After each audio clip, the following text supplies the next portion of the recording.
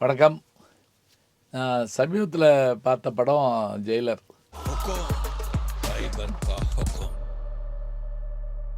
எல்லாரும் பழைய படம் பார்ப்போம், புதுசா பார்க்க மாட்டீங்களான்லாம் கேட்டுட்டு இருப்பாங்க. அதெல்லாம் நான் எல்லா படமும் பார்ப்பேன். நல்லா சொன்னா எல்லா படமும் பார்ப்பேன். அதான் உண்மை. அதில் எனக்கு புதுசா வந்த ஜெயிலர் போன அன்னைக்கு ரொம்ப மகிழ்ச்சியா இருந்தது என்ன அப்படின்னா, அந்த அரங்கம் நிறைந்த காட்சியாகவும், குழந்தை குட்டியோட எல்லாரும் வந்து உட்கார்ந்து பார்க்குறப்ப, எல்லாரையும் தியேட்டருக்கு வர வைக்கிறதுங்கிறது ஒரு பெரிய சாதனையா இருந்தது. ஏன்னா, யூடியூப்பு, அதே மாரி ஓடிடி தளங்கள், டிவிலேயே சினிமா பார்த்துக்கலாம், எதுக்காக போயிட்டு, இப்படியெல்லாம் இருந்த இந்த சூழல்ல, தியேட்டரை நோக்கி மக்களை வர வைக்கிறதுக்கு எடுத்துக்கிற முயற்சிங்கிறது சாதாரணமானதில்ல. அதில் சூப்பர் ஸ்டார் ரஜினிகாந்தினுடைய வெற்றி உண்மையிலேயே பெரிய வெற்றி தான். 168 படங்களை முடிச்சு 169வது படமாக இந்த படத்தை வந்து அவர் வந்து வெற்றிகரமாக தந்திருக்கிறார். அப்படிங்கிறப்ப உண்மையிலே நம்ம வந்து அவரை பாராட்டுறோம். தமிழ் சினிமா உலகத்தை யார் மேலே எடுத்துகிட்டு போனாலும் அது ஒரு பெரிய மகிழ்ச்சி தான். இந்த படம் வந்து சன் பிக்சர்ஸ் தயாரிச்சிருக்கிறாங்க. கலாநிதி மாறன் அவர்கள் வந்து அந்த பேர் போடுறப்பயே எல்லாருமே ஒரு உற்சாகத்தோடு உட்காந்துருக்குறாங்க. ஏன்னா அந்த பிரம்மாண்டமான தயாரிப்புகள் அப்படிங்கிறது ஒரு ரொம்ப பிடிச்ச ஒன்று. அதே போல் ஜெயிலர் படத்தினுடைய இயக்குனர் வந்து நம்முடைய நெல்சன் திலீப் குமார் அவர்கள். அவர் கோலமாவு கோகிலா அந்த படத்தோட ஹிட்டு என்னென்னா, நயன்தாரா வச்சு அடித்து தூக்கியிருப்பார். அதில் நல்லா சொன்னால் ஹீரோவே கிடையாது, அதில் ஜெயிச்சு காட்டினது அவர் தான். அடுத்து டக்குன்னு டாக்டர் படம் கொண்டு வர்றார் சிவகார்த்திகேயனோட. அதில் அந்த ஆடியோ ரிலீஸே நம்மளை வந்து அந்த பாட்டு போடுற விஷயத்தை அனிருத்தோடு சேர்ந்து பண்ணுறதே நம்ம எல்லோரும் ரசித்தோம். ஒரு வகையான இளமை குறும்போடு அந்த இது இருந்தது. அப்புறம் பீஸ்ட்டு, விஜய், இளைய தளபதி விஜய் அவர்களை வைத்து பீஸ்ட், இந்த 3 படம் பண்ணி முடிச்சு உடனே 4வது படத்துக்கு சூப்பர் ஸ்டாரோட இணைகிற அளவுக்கு வந்துட்டார். அவருடைய பணி ரொம்ப சிறப்பான பணி.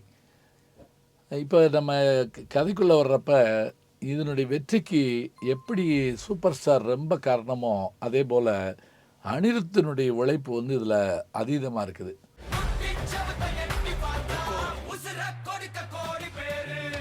அதாவது படத்தில் எந்த இடத்துலையும் நம்மளை வந்து அசர விடாமல் வச்சுருக்கிறது அனிருத் தான். அப்படியான ஒரு நல்ல ஒரு இளைய தலைமுறையோட சூப்பர் ஸ்டார் இணைஞ்சிருக்கிறதே ரொம்ப மகிழ்ச்சியாக இருக்குது. இன்னொன்று நான் பார்த்தது, அவருடைய எல்லா படங்கள்லேயும் அவர் வந்து பாட்டோடு தான் உள்ளே வருவார். ஒருவன் ஒருவன் முதலாளியும்பார், நான் வந்தேன்டா பால்காரன் அப்படிம்பார்.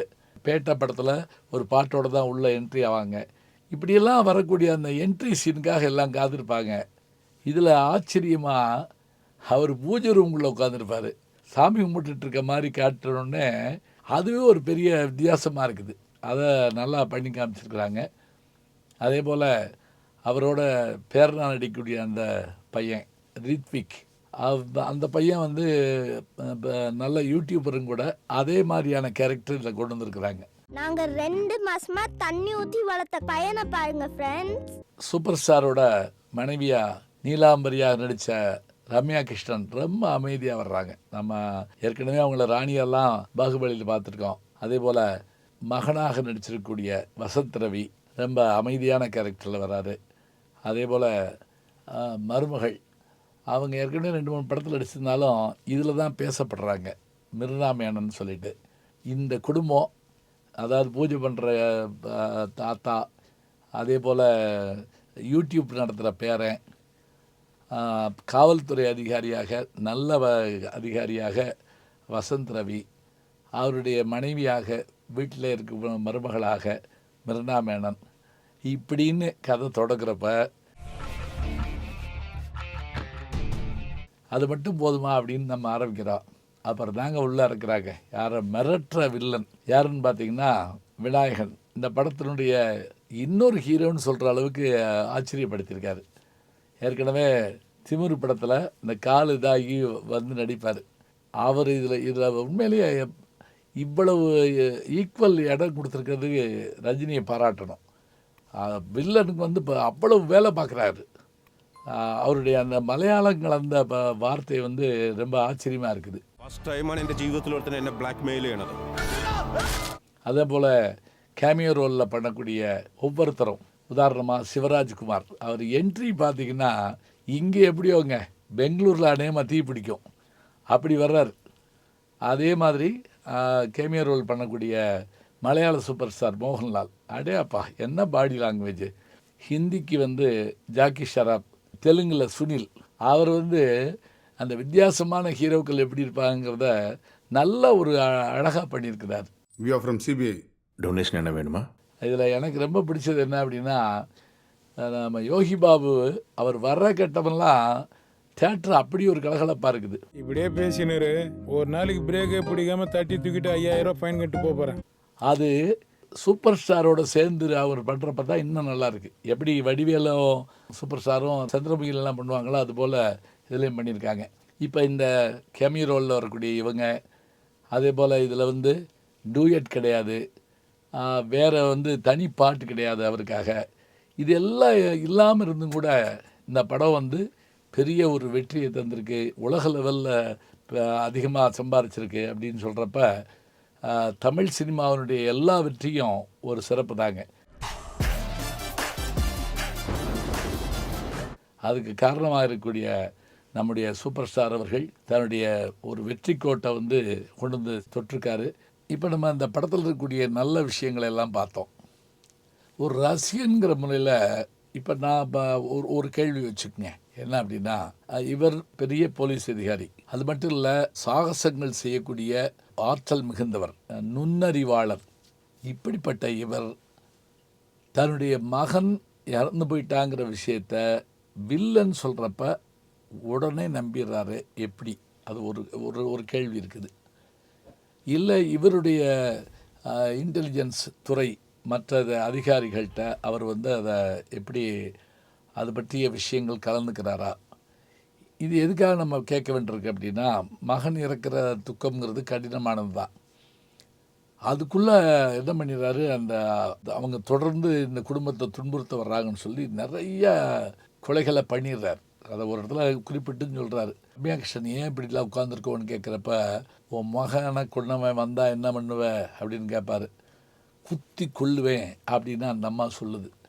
இவ்வளவுலாம் நடக்குதுன்னா இவர் வந்து அந்த மகன் இறந்ததை உறுதி பண்ணியிருக்க வேண்டாமா? ஒன்று, ரொம்ப தூரம் போயிட்டேன், ஃபுல்லாக முடிச்சுட்டு தான் திரும்பி வர முடியும். இந்த படத்தோட முடிவு வந்து ஒரு ஆன்டி கிளைமேக்ஸ் மாதிரி இருக்குது. ஏன்னா ரஜினி எல்லாத்தையும் பழி வாங்கிட்டாருன்னா படம் ஓரளவுக்கு முடிஞ்சு போச்சுன்னு தான் அர்த்தம். அதுக்கு பிறகு இன்னொரு செய்தி அப்படின்னு கொண்டு வர்றதுங்கிறது இன்னும் கொஞ்சம் அதிகமாக தெரிகிற மாதிரி இருக்குது. படம் பார்க்குற நமக்கு வந்து ரசிக்கவும் உரிமை இருக்குது, சந்தேகங்களை நம்ம வந்து எழுப்பி அது இந்த சந்தேகங்களுக்கு விடையை தெரிஞ்சுக்கிறதுக்குள்ள ஒரு ஆர்வமும் இருக்கும். இது எனக்கு ஏற்பட்ட சந்தேகங்கிறத நான் பதிவு பண்ணுறேன். மற்றபடி இந்த படத்துடைய வசூலும் இந்த படத்தினுடைய ஸ்டைலும் மற்ற எல்லாமே வித்தியாசமாக இருக்குது. இப்போ குடும்பத்தோடு போய் பார்க்கக்கூடிய ஒரு நல்ல படம் அப்படிங்கிறது இதில் இருக்குது. நிறைய கொள்ளைகள் அப்படிங்கிற விஷயங்கள் இருக்கத்தான் செய்யுது, அது நம்ம இல்லைன்னு சொல்ல முடியாது. ஆனால் எந்த இடத்துல அதை நம்ம சரி கட்டுறோம் தெரியுங்களா? டேரக்டர் எங்கன்னா சரி கட்டுறா தெரியுங்களா? இந்த சின்ன குழந்தைய ஒருத்தன் முடியாது கத்தியில் வெட்ட வருவான் பாருங்க, அந்த நேரத்தில் அந்த பையனுக்கே தெரியாமல் அவனை வளைச்சி பிடிச்சிட்டு திருப்பி அவனுடைய தலையை எடுப்பார். அது கொஞ்சம் கொடூரமாக இருந்தாலும் கூட அது எல்லோரும் அக்செப்ட் பண்ணுற மாதிரி ஏற்றுக்கொள்கிற மாதிரியான விஷயமா இருக்குது. ஏண்டா என் பேரனையா நீ வந்து இது பண்ணுற அப்படின்னு சொல்கிறப்ப ஒரு நிலைய தேட்டர் அசந்து போகுது. நல்லா இருக்குது. ரொம்ப அங்கங்கே நகைச்சுவைகளை கொண்டு வந்து கொடுத்துட்டே போகிறப்ப மகிழ்ச்சியாக இருக்குது. என்னப்பா இது, கத்தி வைக்கும்போது குத்திக்கிட்டியா? கொஞ்சம் கேர்ஃபுல்லாக இருந்துக்கலாம்ல. தொடர்ந்து நல்ல வெற்றி படங்கள் வந்தால் தமிழ் திரையுலகத்துக்கு அது ஒரு பெரிய நல்ல வரவாக நாம் வரவேற்போம். ஓரளவுக்கு மேலே நம்மக்கிட்ட பேச்சே கிடையாது, வீச்சு தான். நல்ல செய்திகளை நாளும் சிந்திப்போம், நாளை சந்திப்போம். நாளும் நல்ல தமிழ் கேட்க முனைவர் ஞானசம்பந்தம் அவர்களின் கேளுங்கள். அவருக்கு மூத்த ஒரு ஞானசம்பந்தம் இருக்கார், அதுவும் பிரமாமான தமிழ், அதையும் அவரே சொல்லுவார். கண்டிப்பாக கேளுங்க, நான் கேட்டுட்டு இருக்கேன்.